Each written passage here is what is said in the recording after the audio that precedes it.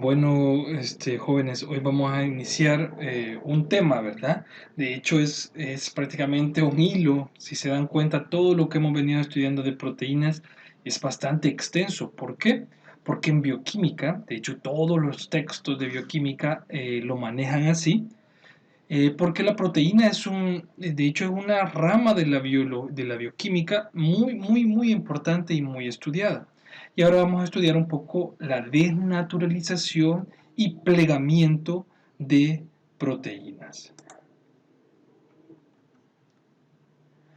Acá tenemos la bibliografía, siempre estamos, miren, Principios de Bioquímica de Leninger, capítulo 4, sección 4.4, que es específicamente de desnaturalización y plegamiento de proteínas. Bueno, para quizás ir iniciando, tenemos que entender ciertas cuestiones. Por ejemplo, creo que ustedes ya hablaron un poco en biología de homeostasis, que era el mantenimiento normal de todos los sistemas biológicos de un ser vivo, ¿verdad? Esa era la homeostasis. Y tanto como la homeostasis es un término muy general, existen términos como la proteostasis. Por ejemplo, las proteínas tienen una vida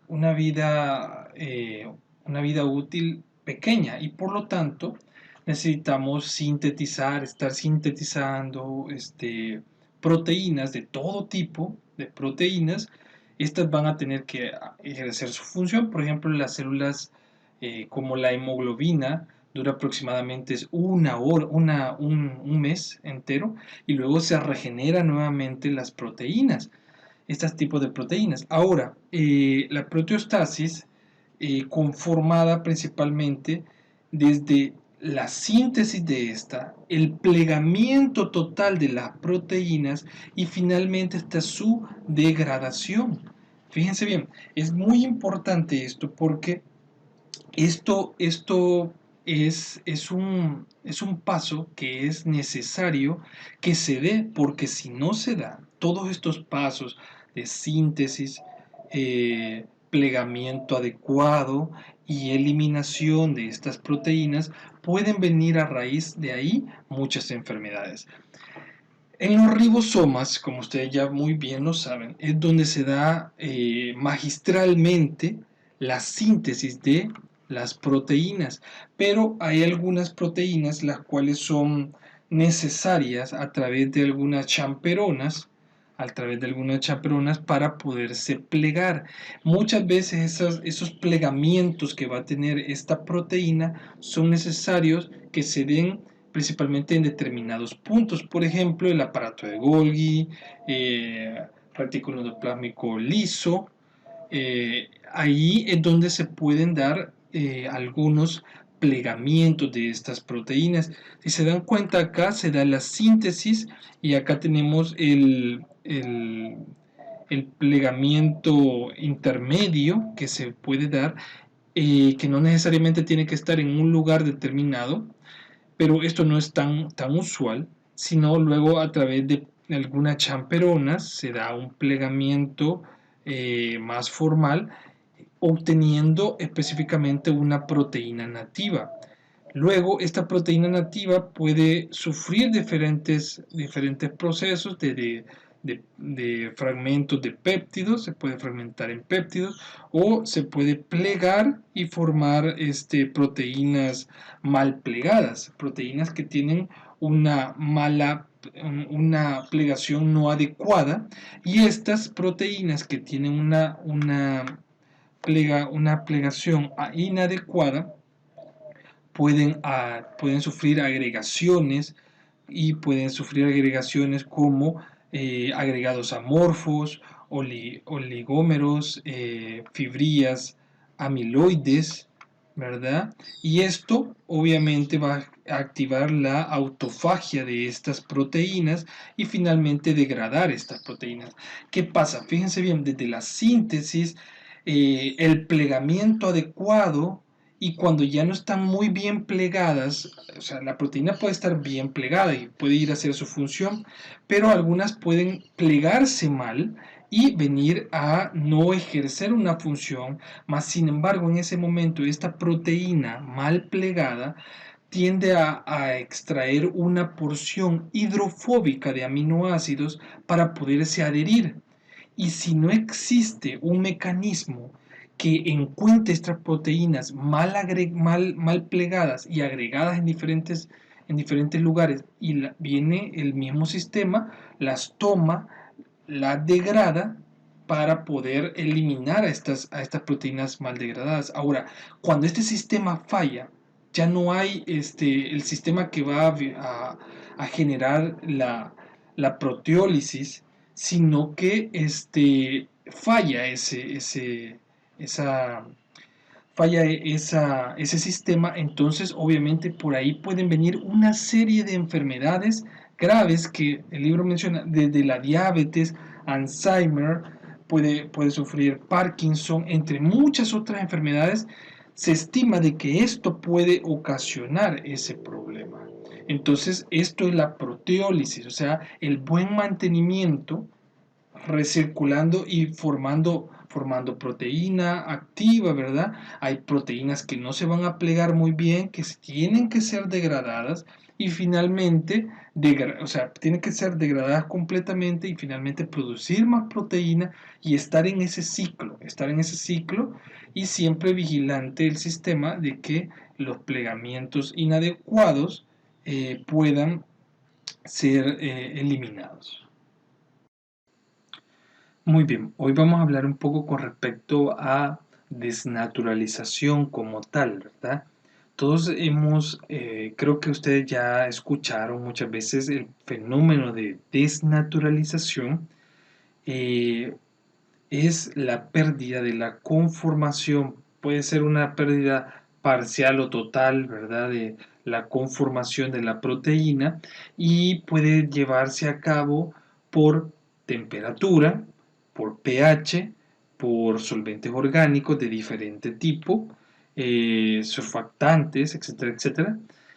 Y fíjense bien, cuando tenemos una proteína intracelular, por ejemplo, que es una proteína humana, sin el, si empieza a cambiar una de estas condiciones, ya sea pH, ya sea temperatura, algún solvente que se encuentre ahí, puede presentar pérdidas por desnaturalización de esa proteína. Ahora, esa proteína, si ustedes se dan cuenta, desnaturalizada, pierde la función biológica de ella. Y al perder la función biológica ya no va a ejercer su acción. Si ustedes se dan cuenta, existen casos donde, por ejemplo, un bebé o una persona entra en fiebre y lo primero, si ya empieza a aumentar la fiebre de una forma muy brusca, lo primero que se hace es bajar esa fiebre a fuerza. El médico la baja a fuerza, aún con paños, con agua fría. ¿Por qué? Porque hay demasiadas enzimas, demasiadas proteínas que son metabólicamente importantes, que si sigue aumentando la temperatura se desnaturaliza y puede entrar en un problema muy serio que hasta puede convulsionar o puede llevarlo directamente a la muerte. Entonces, si se dan cuenta, la temperatura puede ejercer eso, puede ejercer algunos solventes orgánicos, igual pueden llevar a la desnaturalización de esta proteína. Ahora, le repito, la desnaturalización de la proteína se da porque esa proteína está principalmente plegada. ¿Por qué? Por las interacciones débiles, como puentes de hidrógeno, interacciones iónicas, ¿verdad? Principalmente.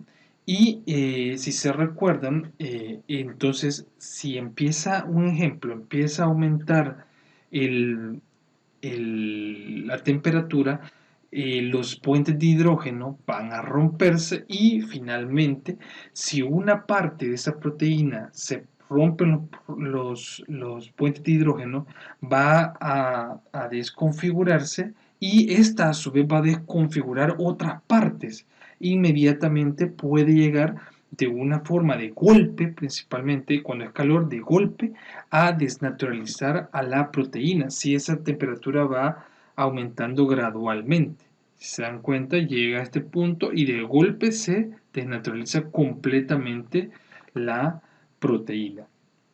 Ahora, tenemos que tener en cuenta de que existen también algunas proteínas de algunos seres como las bacterias, eh, las bacterias y las arqueas termófilas. Estas dos presentan muchas proteínas y obviamente, fíjense bien, viven en temperaturas muy cercanas a los 100 grados Celsius y aún así ahí logran sobrevivir. ¿Por qué? Porque se han adaptado a esa temperatura y aún sus proteínas se han adaptado a ellas. Por ejemplo, la superficie de estas proteínas se encuentran con aminoácidos mayormente cargados. Además, también presentan un núcleo hidrofóbico más compacto y eso también promueve a que sean más estables y también posee plegamientos menos flexibles a las causas de redes ese plegamiento menos flexible es debido a que como tiene muchos aminoácidos cargados, eso promueve que sea un poco menos flexible. La desnaturalización, como les repito, actúa principalmente en las interacciones débiles. Por ejemplo, cuando se cambia el pH, puede actuar justamente en cambios iónicos de los aminoácidos que estos están conformando la proteína y al cambiar iónicamente estamos vamos a cambiar la conformación y eso va también a hacer cambios conformacionales de esa proteína y finalmente desnaturalizarla. Igual eh, cuando hay algunos solventes orgánicos, lo pueden hacer de diferentes formas, ya sea actuando directamente sobre las cargas iónicas de estos aminoácidos, de las interacciones iónicas, o también directamente sobre los puentes de hidrógeno, por ejemplo la urea, si mal no recuerdo, es la que actúa sobre el puente de hidrógeno, los surfactantes como cualquier detergente actúa sobre las cargas iónicas y también, perdón, los surfactantes actúan sobre las interacciones hidrofóbicas que existen en los núcleos de estas proteínas y desconfiguran a la proteína y pierde su estructura hasta perder su función completamente. Eso es, fíjense bien, ya no tenemos que ver solamente como se desnaturalizó, sino también tienen que ver todo lo que está pasando ahí, que puede ser ruptura de puentes de hidrógeno, pérdida de interacciones iónicas, pérdida de interacciones hidrofóbicas, etcétera, etcétera, pueden estar pasando en esa desnaturalización y lo importante es que al desnaturalizarse la proteína, pierde su función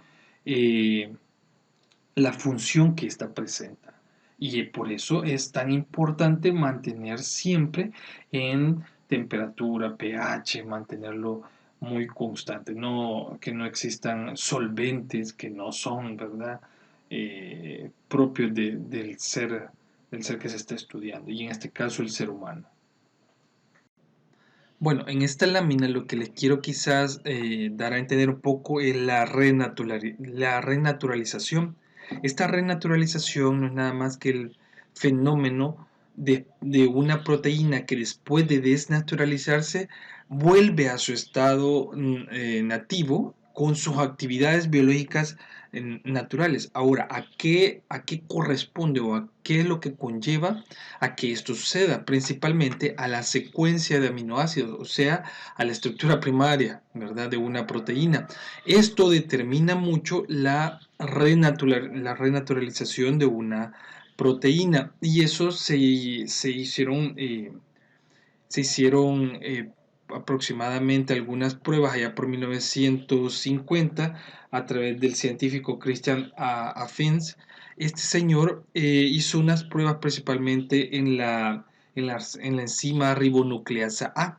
Esa ribonucleasa A se le aplicó en un primer momento un agente reductor como el mercaptoetanol y un desnaturalizante como es la urea. El mercaptoetanol lo que provocaba era la ruptura de estos enlaces sulfuros, ¿verdad? Dando aproximadamente 2, 4, 6, 8 residuos de cisteína. Y obviamente la urea ella trabaja principalmente a nivel de interacciones hidrofóbicas. Y obviamente iba a eliminar interacciones hidrofóbicas dentro de esta enzima, eh, dentro de esta enzima, la ribonucleasa A, y luego de un tiempo se eliminaba la urea y el mercaptoetanol, y esto provocaba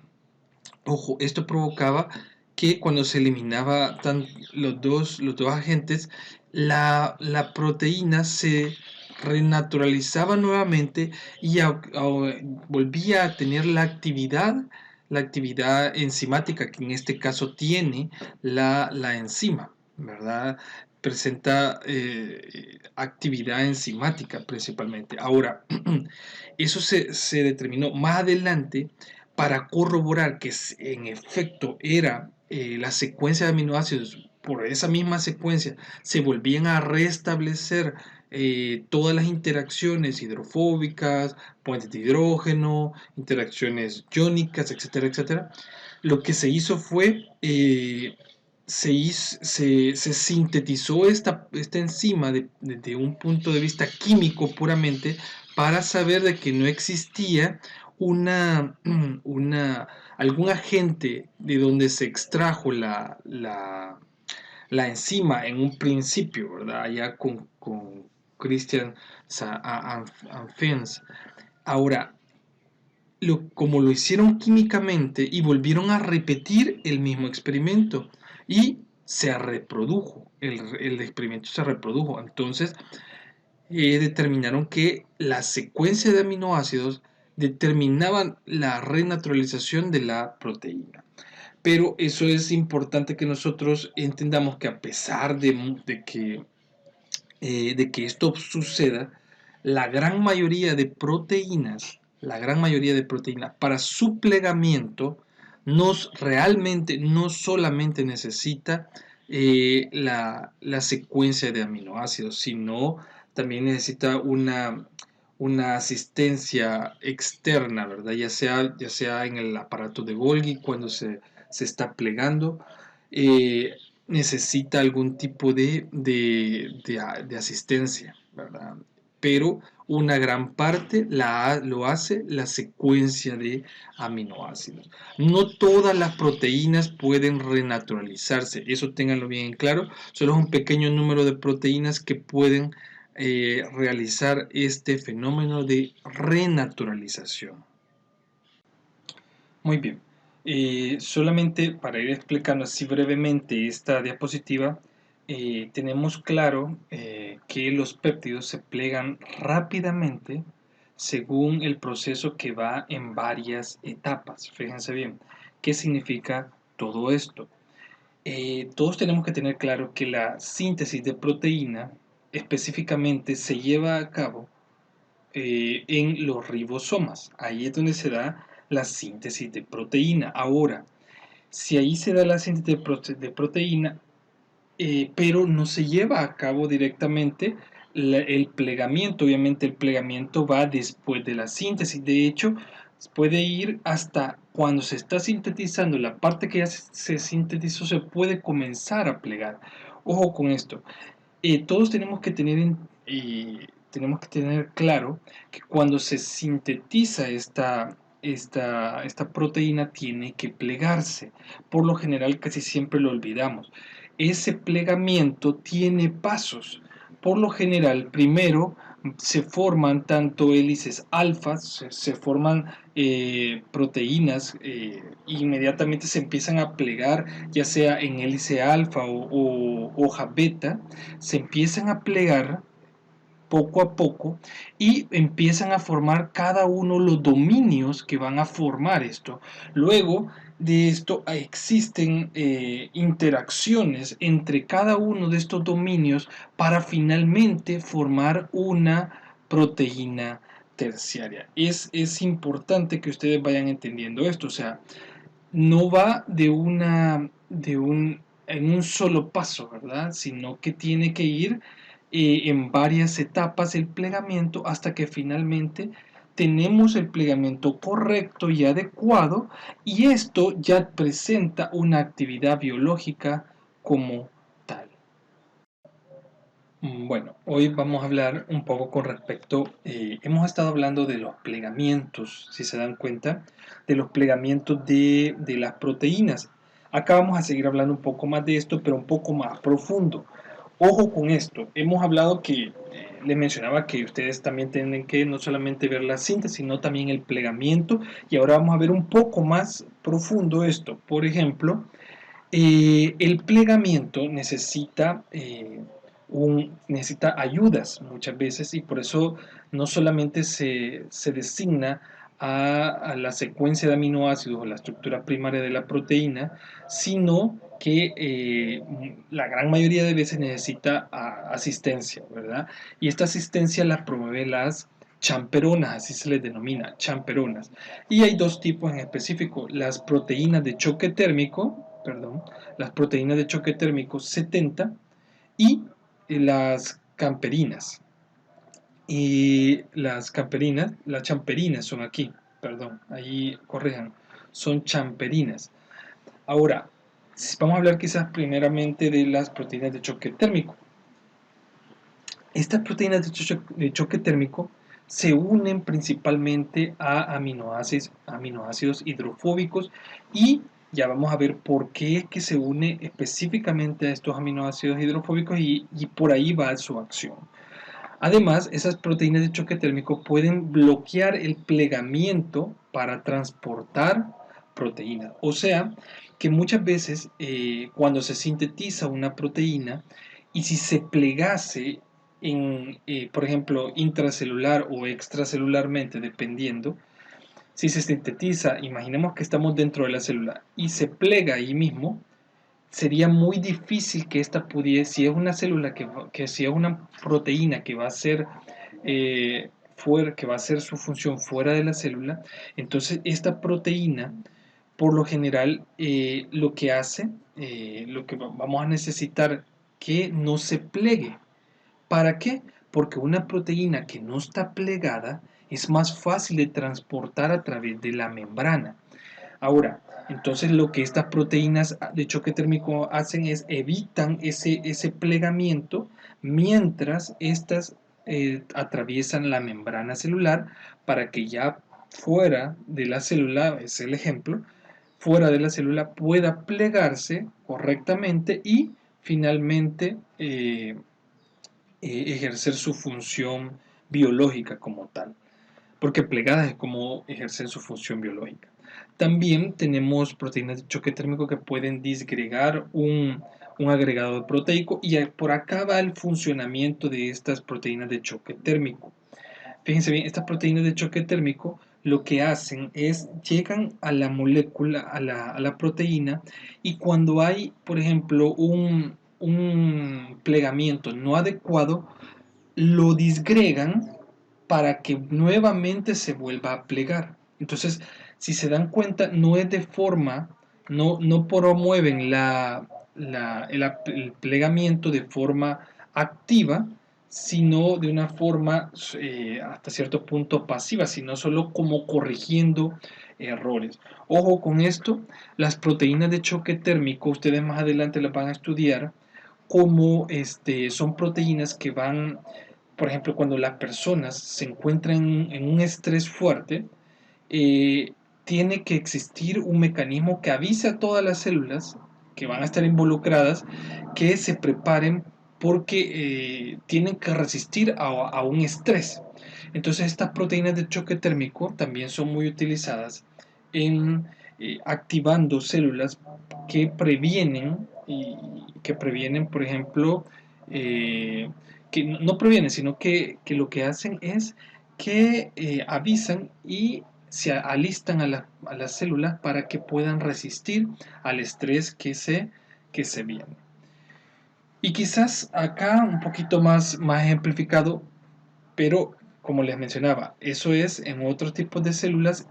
Cuando estamos hablando de plegamiento de proteínas, ahí es otra historia, lo que hacen las proteínas de choque térmico.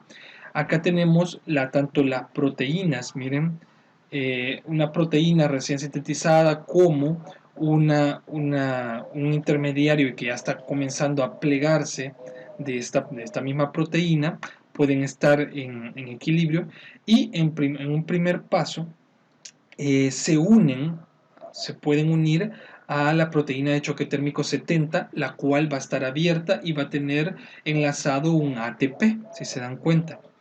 ¿Qué es lo que pasa acá? Inmediatamente una proteína de choque térmico 40, una proteína de choque térmico 40 promueve que esta proteína de choque térmico abierta se cierre, pase a un estado cerrado, y al cerrarse, miren cómo está acá esta proteína, mírenla.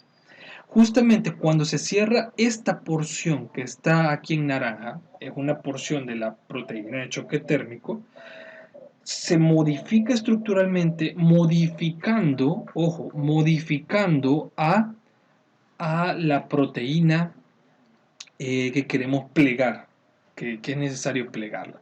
Y se plega justamente en la sección donde hay más aminoácidos hidrofóbicos. Luego, esta se libera, ¿verdad? A través de un factor intermedio de nucleótidos, el NEF, y vuelve a abrir a la proteína de choque térmico al estado abierto. La dirige nuevamente al estado abierto y esta proteína nuevamente puede transitar a un plegamiento intermedio y finalmente a una proteína nativa.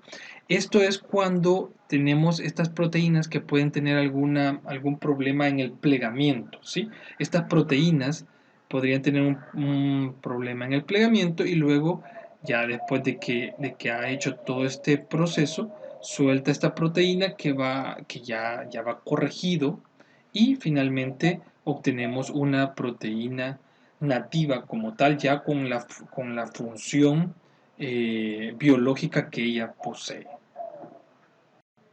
Bueno, quizás por cuestiones de tiempo voy a dejar la clase hasta acá y vamos a tener una segunda parte de esta, ¿verdad? Vamos a llegar ahorita hasta las champeronas, específicamente a las proteínas de choque térmico, y nos quedamos pendiente con las champerinas, que ya es poquito lo que nos falta, pero se los voy a colocar en otro video para no cargarlos. Muchas gracias, chicos.